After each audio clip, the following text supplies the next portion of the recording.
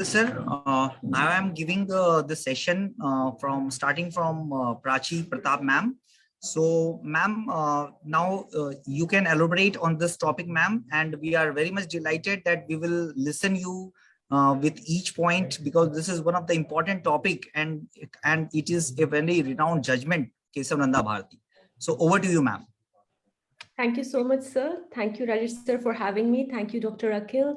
And thank you, Sanjay sir, and thank you, Shashi sir, for giving me the opportunity to speak. And I would make sure that I finish it fast so that I have the opportunity to listen to both of you, from whom we all have so much to learn today. So I'll just start screen sharing with your permission, sir.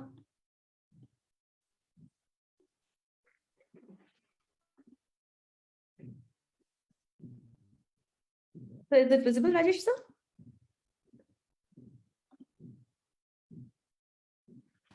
Yes, ma'am, it is visible. Okay, sir. So let's start with the basic topic that we are doing today is revisiting Kesvananda Bharti case. And so let's look at why is there a need for amendment. The socio-cultural evolution calls for laws which are dynamic.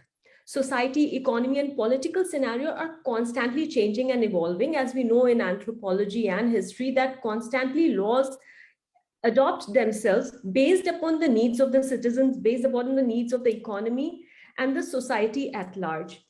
The soon to retire Justice Stephen Breyer had said that Constitution is a living document that allows courts to give it a more dynamic reading when it is not clear what the framers had in mind. So let's also look at, he talks about the interpretation. First point is always how we interpret the Constitution in order to ensure that the basic premise stays the same, which is the fiber of any democracy. So what the procedures for this? Under this method, the letter of law does not change, but its meaning and its import changes.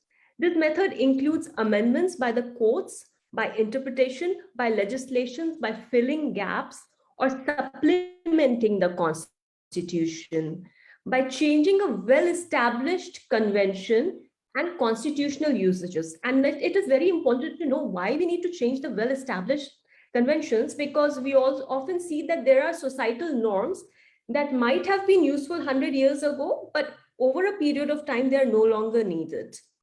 The next step is perceptible or formal process. Under this process, the method, the text of the law, that is the written provisions of the Constitution, is amended by way of addition, variation, or even repeal. So let's look at the case of State of Madras versus Champakam Dorai Rajan. This 1951 is the landmark decision of Supreme Court, which led to the first amendment of the Constitution. Now, in this, we notice that this was the first major judgment regarding, sorry, I'm also not able to see my screen. One moment, I need to, yeah, now I'm able to see.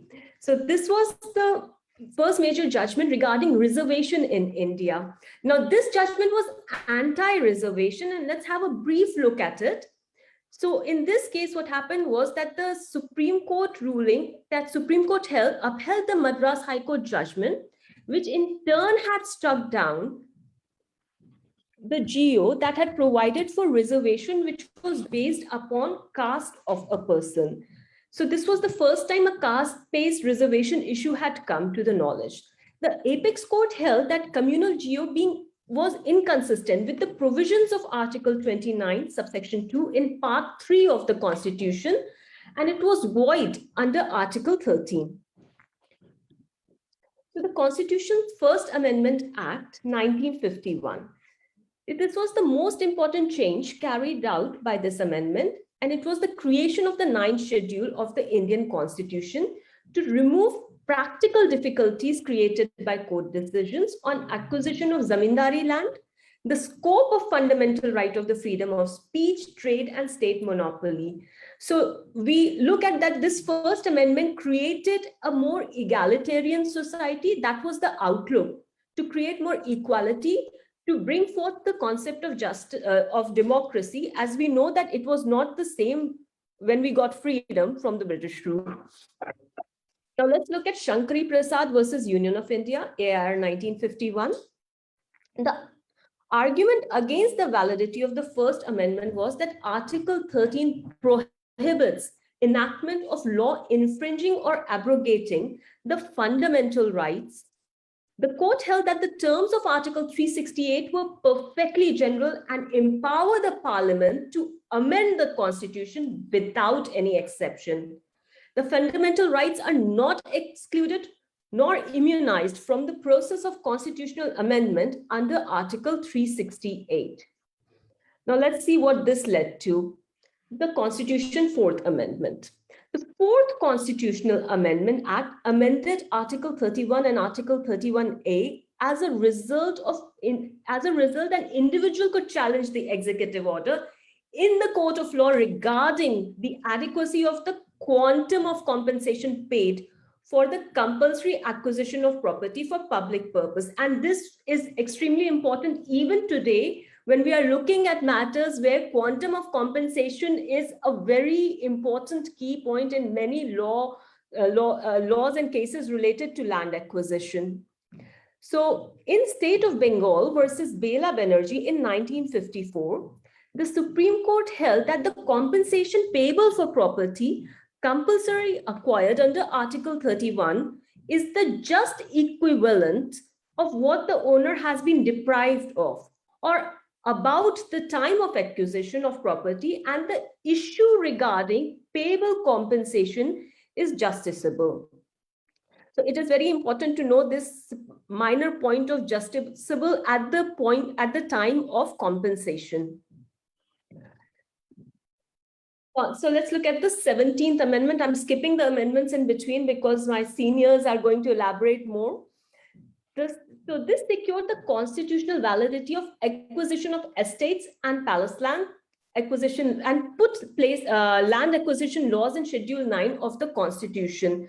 Now, very important to know that this is the point where it was inserted in the Constitution schedule. So let's look at Sajjan Singh's case, AIR 1965. The validity of Constitution's 17th Amendment, Act 1964, was called in question. By this amendment, a number of statutes affecting property rights were placed in the 9th schedule and were immunized from court's review. So see that there was a immunity granted at this point. The court observed that the genesis of the amendment made by adding Articles 31A and 31B is to assist the state legislatures to give effect to the economic policy to bring about much needed agrarian reforms. Supreme Court ruled by a majority of 3:2 that the pith and substance of the amendment was only to amend the fundamental right, so as to help the state legislatures in effectuating the policy of agrarian reforms. Now, we have to focus that agrarian reforms were extremely important, because after 1965, after that, around 2 decades is when the Green Revolution actually happened. So in the connection, it was the Shankari Prasad's case in which the validity of the First Amendment was upheld, and Sajjan Singh's case in which validity of the 17th Amendment Act had been upheld by the court had wrongly been decided. It was contended that the Parliament had no power to amend fundamental rights in Part 3. Now let's look further. In I.C. Golaknath and others versus State of Punjab, 1967, the constitutional validity of amendments related to property, namely First Amendment, Fourth Amendment, and 17th Amendment, were again challenged. And Supreme Court was asked to reconsider its earlier decision in Shankari Prasad and Sajjan Singh's case. It was contended that Parliament had no power to amend the fundamental rights. So the 11 judges participated in the decision, and they divided into 6:5. The majority now overruled the earlier two cases and held that fundamental rights were non-amendable through the constitutional amending process under Article 368. Now here I would like to point that we have noticed in the previous judgment that it was there was just one, I will just quickly go back to the slide and show that here we notice that it was a majority of 3:2 in Sajjan Singh's case. And in Golaknath, we noticed that it was 6:5. And again, in Kesvananda Bharti, we will see that once again, it's a wafer thin majority that has held the structure of the constitution, that has fought India from slipping into a totalitarian state. So let's look at the 24th Amendment of Constitution Act 1971. In order to nullify and supersede the judgment of Golaknath, to provide unlimited power to Parliament to amend any part of the Constitution, including fundamental rights, the 24th Amendment was enacted in 1971. The 24th Amendment expressly empowered the Parliament to amend any provisions of the Constitution, including those relating to fundamental rights, and further make Article 19 of Constitution inapplicable to an amendment of the Constitution under Article 368. Now, see the complexities that we might have been living in if that was the case still. So a new clause was added to Article 13, which said that nothing in this article shall apply to any amendment of this Constitution made under Article 368. Second was amendments were made to Article 368, which said the article was given a new marginal note, power of Parliament to amend the Constitution and procedure therefore. And the last was another amendment to the Article 368, now Article 368(2), made it obligatory rather than discretionary for the President to give his assent to any bill duly passed under the article. Now see, if this was the case, we would have a very authoritarian state that we would be living in. So next comes the 25th Amendment to the Constitution. This amendment, the provision Article 31, dealing with compensation for acquiring or acquisition of properties for public purposes, so that only the amount fixed by law need to be given, and this amount could not be challenged in the court on the ground that it was not adequate or in cash. And now we see that we are able to challenge in court if somebody feels that the amount paid to them in compensation is not adequate. So we are able to, in retrospect, able to figure out the latest developments and the times that we are living in. Further after, Article 31B of the Constitution, Article 31C was inserted, which provides for saving of laws, giving effect to certain directive principles in Part 4 against Articles 14 and Article 19. Now the 29th Constitutional Amendment, which inserted therein two Kerala Amendment Acts in furtherance of land reforms after entry 64, namely Kerala Land Reforms Amendment Act, which was entry 65, and entry 66 was again Kerala Land Reforms Amendment Act in 1971. So there were two amendment acts. Now let's look at the Kesvananda Bharti case versus state of Kerala. Okay. So the main question involved was the extent of amending power of the Parliament under Article 368 of the Constitution. This case, therefore, was also known as the fundamental right case and the basic structure theory case. In this case, the petitioners had challenged the validity of the Kerala Land Reforms Act. And it was also about the power of the Parliament. The two main issues in this case were the power of the Parliament to amend the Constitution. Was it unlimited? And the second was that the Parliament could alter, amend, abrogate any part of the Constitution, even to the extent of taking away all fundamental rights. But during the pendency of the petition, the Kerala Act was amended in 1971, and same was placed in the 9th schedule by the 29th Amendment Act. Petitioners were permitted to challenge the validity of 29th Amendment Act to the Constitution. The constitutional bench, comprising of 13 judges, and that is the biggest bench we ever had, unanimously upheld the constitutional validity of the 24th Amendment Act, and in doing so, overruled the prior decision of the Supreme Court in Golaknath's case. Now, as I mentioned earlier, it must be remembered that this was decided by a wafer-thin majority of 7:6. If the scales had toppled the other way, we would have been in a disastrous state and there would have been more and more cases challenging so. So according to them, the basic foundation of the basic features could easily be discernible from the preamble as well as from the whole scheme of the Constitution. For example, 3/4 supremacy of Constitution, 3/4 Republican and democratic form of government, 3/4 sovereignty of the country, 3/4 secular character of Constitution, 3/4 separation of powers between legislature, executive and judiciary, 3/4 federal character of Constitution, 3/4 the dignity of the individual secured by various freedoms and basic rights in Part 3. And the mandate to build welfare state contained in Part 4 and 3/4 the unity, integrity of nation constitute parts of the basic structure of the Constitution. So this is the basic recipe for the basic structure of the Constitution. And we should remember the fact that the phrase basic structure itself cannot be found in the Constitution. It's not given anywhere. So it was based upon the discerning 13 judges at that time who figured out what would be the basic structure. The Supreme Court recognized this concept for the first time, of course, in the historic Kesvananda Bharti case. And it is just a little out of the topic thing I'm citing that one of my seniors had pointed was that the Kesvananda Bharti case had hundreds of cases which were cited. And they say that a chart was prepared which was citing constitutions of 71 countries, mind you. Next is we are going to talk about the Minerva Mills case of 1980.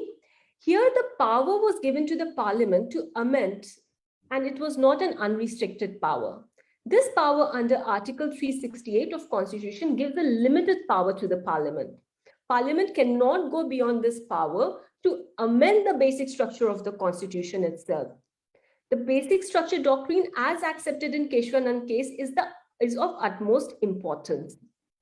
The Section 4 of 42nd Amendment was held unconstitutional. Now let's not forget that when this case of Minerva Mill happened, it was a very crucial time.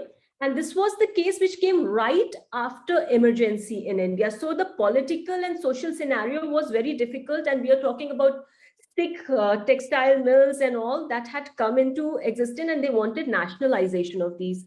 So the two main issues were whether Section 4 of Constitution's 42nd Amendment Act was constitutionally valid and whether the clauses 4 and clauses 5 of Article 368 were constitutionally valid. So as we see that it was upheld that it was not valid, it was unconstitutional. And the law given under Article 31C provided for directive principles of state policy and had to operate to achieve its goal. And by no way it was supposed to destroy the fundamental rights, but they noticed that by this point, the fundamental rights were questionable and DPSP had superseded the fundamental rights. So let's look at the 42nd Amendment.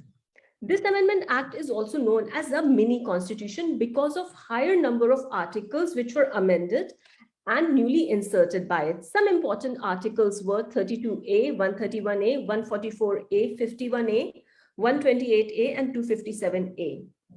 So it was established that the primacy of DPSP over fundamental rights, and words like secular and socialist were added to the Indian preamble.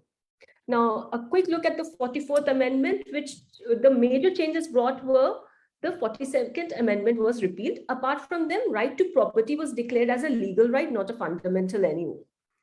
So the power of Parliament in bringing many amendments to the Constitution with respect to 9th schedule was justiciable, except in 4th, 39th, 40th, 42nd, and 76th Amendment, where the Parliament placed some controversial laws, non-agrarian laws, into the schedule and tried to misuse and abuse its power in order to show its supremacy by making the Constitution text very weak one.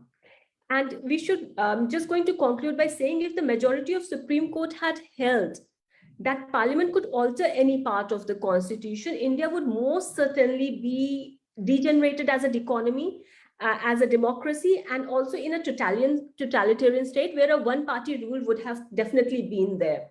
So I would wind up my presentation now and pass on the floor to my seniors, and I look forward to listening to them now. Yes, ma'am. Prachi ma'am, you have